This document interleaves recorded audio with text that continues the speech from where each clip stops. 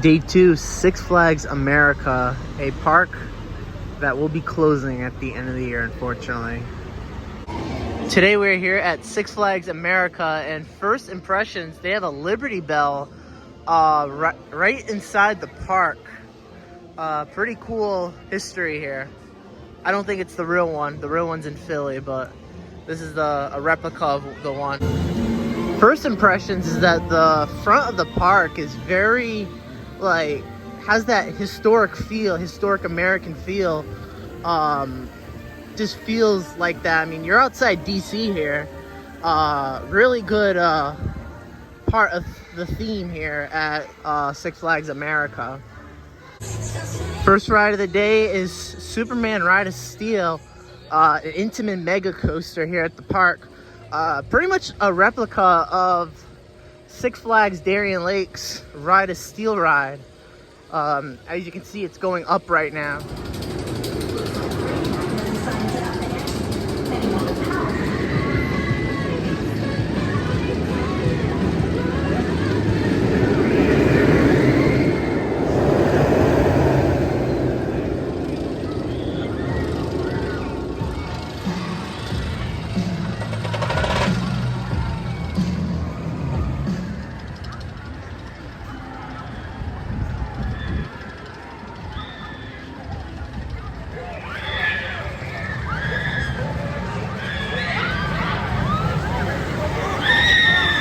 Just rode Superman Ride of Steel, the Intamin Mega.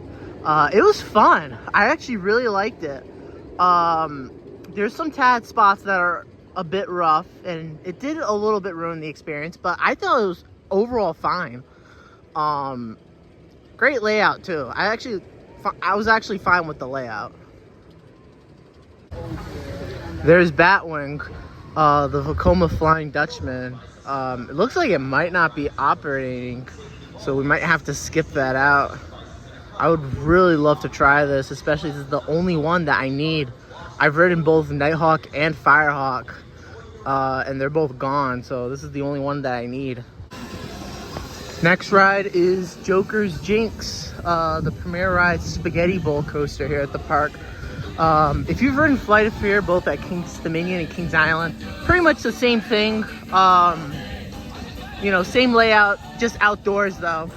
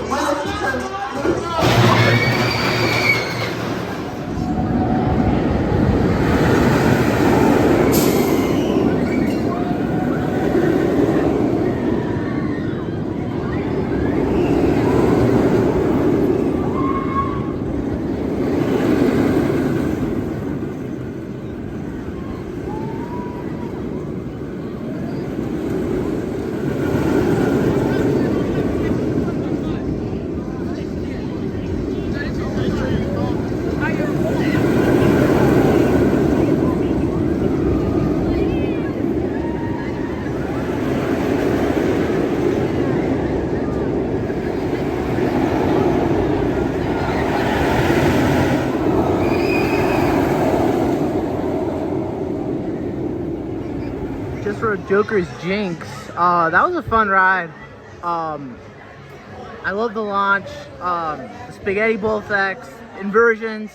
There's another ride that has a few rough spots, but it's still a fun ride. I'm noticing at this park is that they're actually closing a lot of pathways. I'm not sure what this would lead you to, but they've closed a lot of pathways, and they've also closed that pathway where Batwing is. Next up is Wild One, which is the historic coaster here at the park. Was relocated here back in 1987 or something like that, from a park in Massachusetts called Paragon Park in Hull, Massachusetts. It operated there from 1917 till the mid-80s, until that park shut down, and it's here in America, and hopefully it has a future after this year. As we heard about the news, this whole park is shutting down at the end of the year.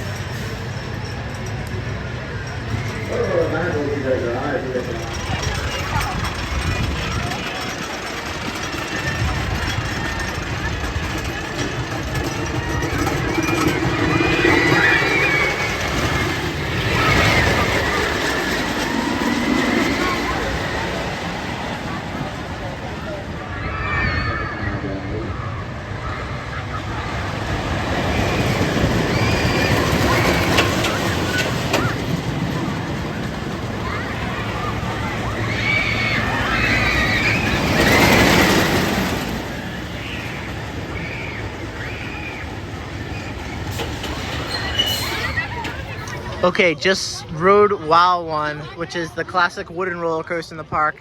And I hate being this guy, but unfortunately I didn't really like it. I understand the history, but and it did pull some like good G's, good positives to it. But I thought it was, some parts of the ride got aggressively roughed. I understand the history though about the ride, and I hate being this person that I just wasn't a fan of it. And this helix right here, oh my gosh, I thought that was actually the worst part about the ride. It was very, very rough. All right, next up is Raging Cajun, the spinning wild mouse here at the park.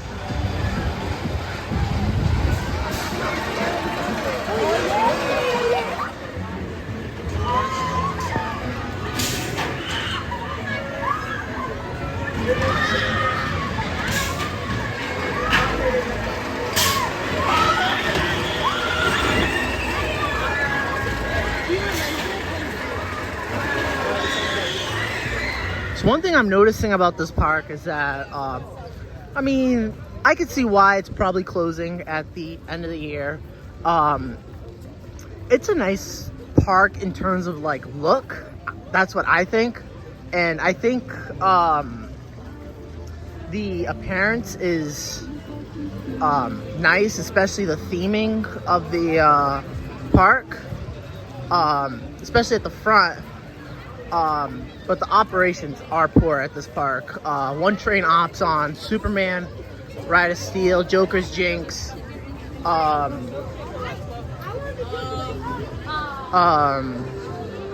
yeah, and then 3 trains on Raging Cajun. It's just a poor aspect at this park. The rides are just okay too. I mean, they don't really have like anything outstanding so far, and that's like saying that I have half the credits. I still need Firebird, the kids coaster, the Professor's Screenmore, the Vacoma SLC, and then Roar. Those are the rides I need. We're about to ride, we're about to try the kids coaster, which is right over here. What I like to do when it comes to kids coasters, because certain park has different rules when it comes to riding with a kid. Here at Six Flags America, you don't need a kid to ride, but I know certain parks do, such as the Great Escape, where it's pretty much like the same ride, but you do need a kid. So I like these manuals right here, especially the height requirements, about these manuals, to see if you can ride. Also, when it comes to kids coasters, I'm not really a big fan when it comes to them having more than one lap. I'm like a one and done kind of thing. Here, this kids coaster does 3, while Little Devil at Great Adventure does 2 laps. Next up is Firebird, the B&M Floorless in the park. The oldest B&M currently operating, and this ride is probably going to be toast after this year. Formerly Iron Wolf at Six Flags Great America as a stand-up in the early 90s through 2011, and then it relocated here to Six Flags America as a stand-up known as Apocalypse, and then in 2019 they put floorless trains and repaint the color scheme of this ride, and it's now known as Firebird.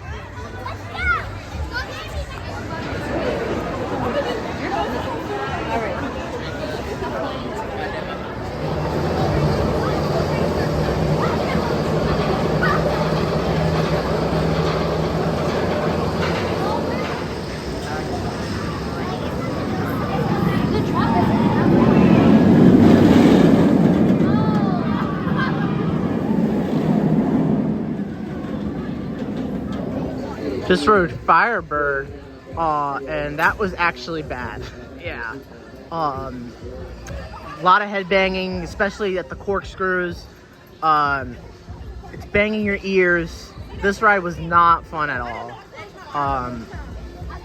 Yeah, and I won't be surprised if this ride's scrapped after this year. So this park only has 3 food stands open the whole park, and they all have long waits. Atrocious operations at this park. I mean, I could see a reason why this old Cedar Fair chain is like pulling the plug on this park. Another food stand closed at this park. Next up is Roar, the GCI. Another ride with, you know, 1 train hops. It does look like the ride got a little bit of retracking, but who knows? We'll see how this ride goes.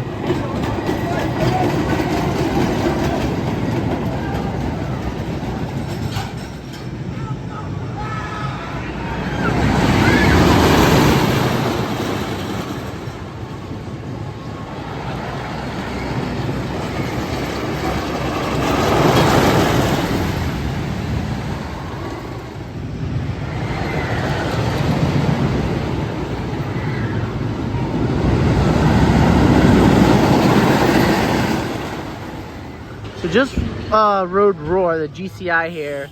I thought the ride actually had Millennium Flyer trains, but they actually run it with PTC trains. It wasn't a great experience. I mean, just a little bit rough, but I thought it was a little bit smoother overall.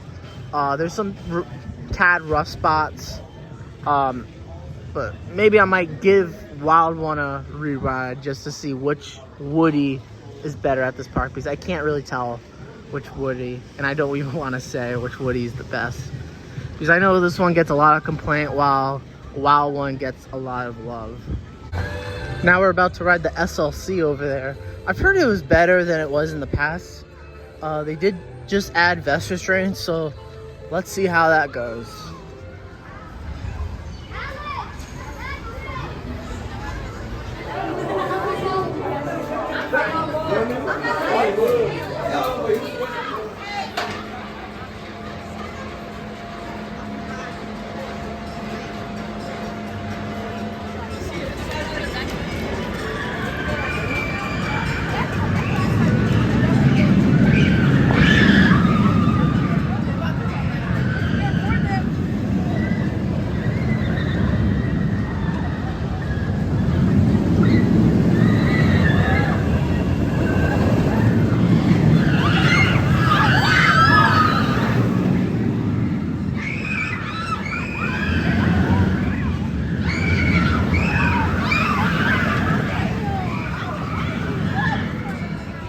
Last ride I needed at this park is Professor Screamore Sidewinder, Vekoma SLC.